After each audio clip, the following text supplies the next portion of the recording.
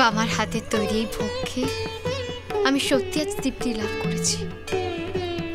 সত্যি অমৃতের স্বাদের থেকেও অতুলনীয় বামার হাতের তৈরি এই ভোগ। আপনাকে নিবেদিত ভোগের প্রসাদ পেয়ে আমরাও তৃপ্ত দেবী। সত্যি দেবী, বামার হাতের গুণে ভোগ চমৎকার হয়েছে। সত্যি দেবী, বামা যে রন্ধনে এত পটু আমরা কিন্তু জানতাম না। কিন্তু আনন্দের সঙ্গে আমরা চিন্তাতেও পড়েছি দেবী। কিসের চিন্তা ডাকিনি? ভোগের হাড়ি যে শূন্য হয়ে গেল দেবী, এবার কি হবে বামা? বামাই প্রথম আমার জন্য নিজের হাতে এরকম অপূর্ব ভোগ রান্না করেছে। এই ভোগ গ্রহণ না করলে যে ওর ভক্তিকে অসম্মান করা হতো। বাবার মন থেকে এই বড় মার তারাপীঠ কোনোদিনই মুছে যেতে পারে না। ও যে আমার তারাপীঠের ভবিষ্যৎ। বামা অঙ্গাঙ্গি ভাবে আমার সঙ্গে জড়িয়ে আছে, এই তারাপীঠের সঙ্গে জড়িয়ে আছে। আর একবার সে কথা ওর মাথায় প্রবেশ করলে তা এত সহজে বেরোবার নয়। দেবী,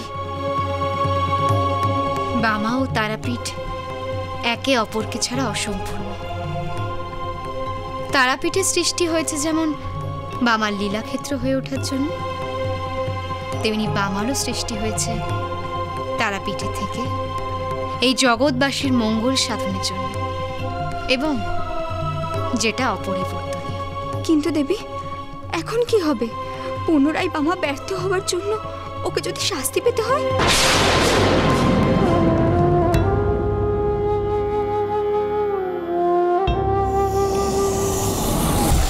এত দেরি হচ্ছে কেন? সেই কখন যোগেশকে আমি ভোগ আনার জন্য পাঠালাম, এত দেরি ভোগ আনতে? আপনি একটু শান্ত হন, এত অধৈর্য হবেন না, এক্ষুনি চলে আসবে। ওই তো ওরা এসে গেছে। কি ব্যাপার যোগেশ, এত দেরি কেন?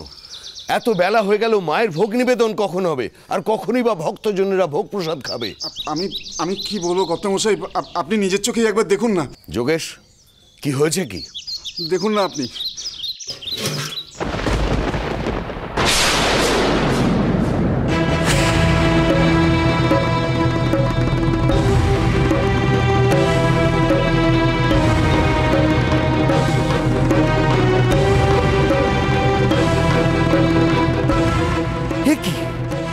হাঁড়ি তো খালি, মাকে নিবেদন করার ভোগ তো নেই এই হাঁড়িতে।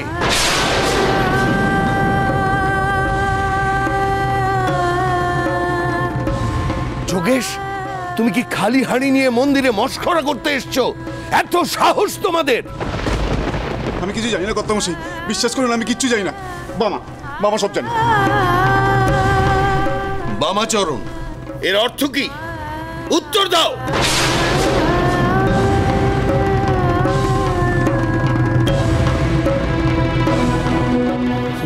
জমিদার মশাই, বিশ্বাস করুন আমি সত্যি কিছু জানি না।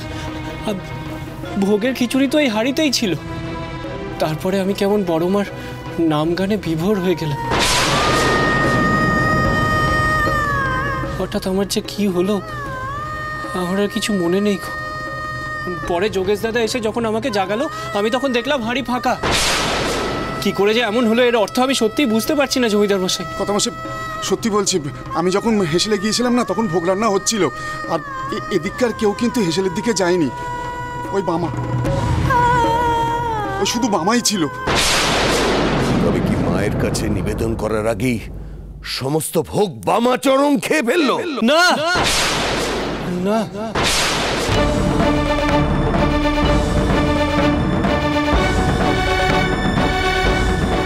মিথ্যে বলো না বামা। এ কি অমঙ্গল করলে তুমি? আজ তোমার জন্য আমার মৌলিক্ষা মা অভুক্ত রইলেন। শুধু মৌলিক্ষা মা নয়, আমার এতগুলো ভক্তবৃন্দ তারা পর্যন্ত অভুক্ত রইল শুধু তোমার জন্য বামা, তোমার জন্য।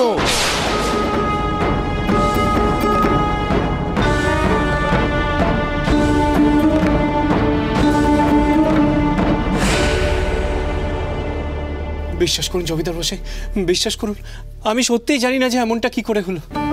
আর তাছাড়া মায়ের দুয়ার থেকে তো কখনো ভক্তরা অভক্ত ফিরে যায় না। তুমি দেখো, আমার ছোট মাও তাদেরকে না খাইয়ে ফেরাবেন না। আমার ছোট মা। চুপ করো, আর একটা কথাও বলবে না তুমি।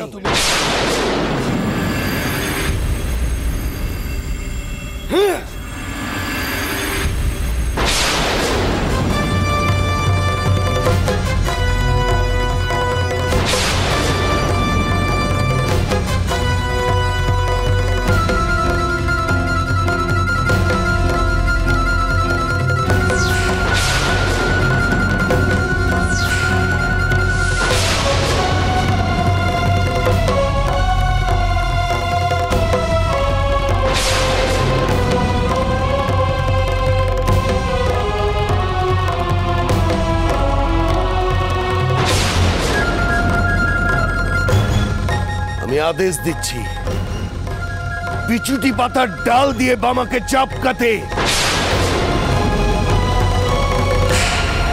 দেখি কেমন ওর হুঁশ না থাকে। এই, কেউ আমাকে একটা বিচুটির ডাল দে, আজকে ওকে আমি শেষ করে ছাড়বো। আমার কথাটা শুনুন, আপনি শান্ত হন, এরকম করবেন না। চুপ করো তুমি। লোভে পড়ে যে মায়ের ভোগ খেয়ে ফেলে তার প্রতি দরদ দেখিও না। জয় মা তারা, জয় মা তারা। এরকম ভাবে মারবেন না ছেলেটাকে। জয় মা তারা, জয় মা তারা, জয়।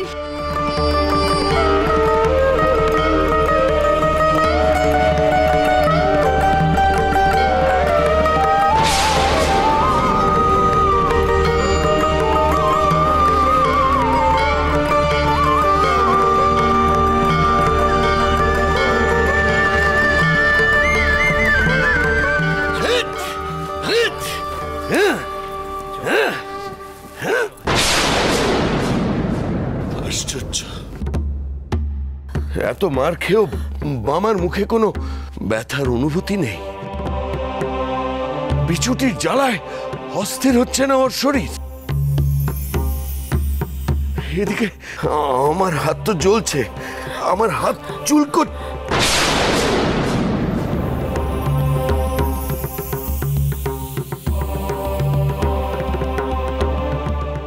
এত মারের পরেও তুমি হাসছো? হাসবো না কেন গো? আমার তো মনে হচ্ছে শরীরে মায়ের আদর পাচ্ছি।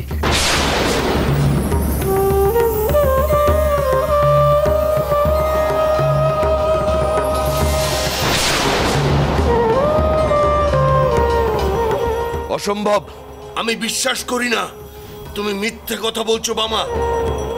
দেখি কতক্ষণ তুমি মিথ্যে কথা বলতে পারো। জয় মাতা, জয় বড় মা। আমি বুঝেছি বামাচরণ, মায়ের কৃপায় তোমার কোনো ব্যথা লাগছে না। আপনি থামুন, থামুন। আপনি আর ছেলেটাকে মারবেন না। চুপ করো তুমি। আজ আমি এর শেষ দেখে ছাড়বো।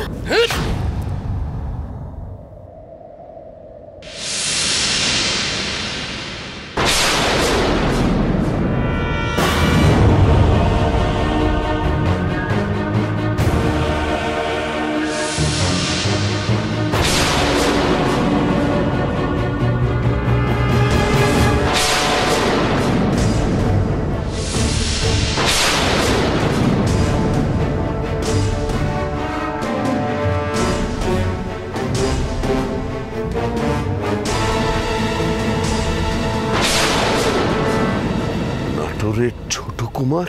উনি একা নন, সঙ্গে আমিও আছি।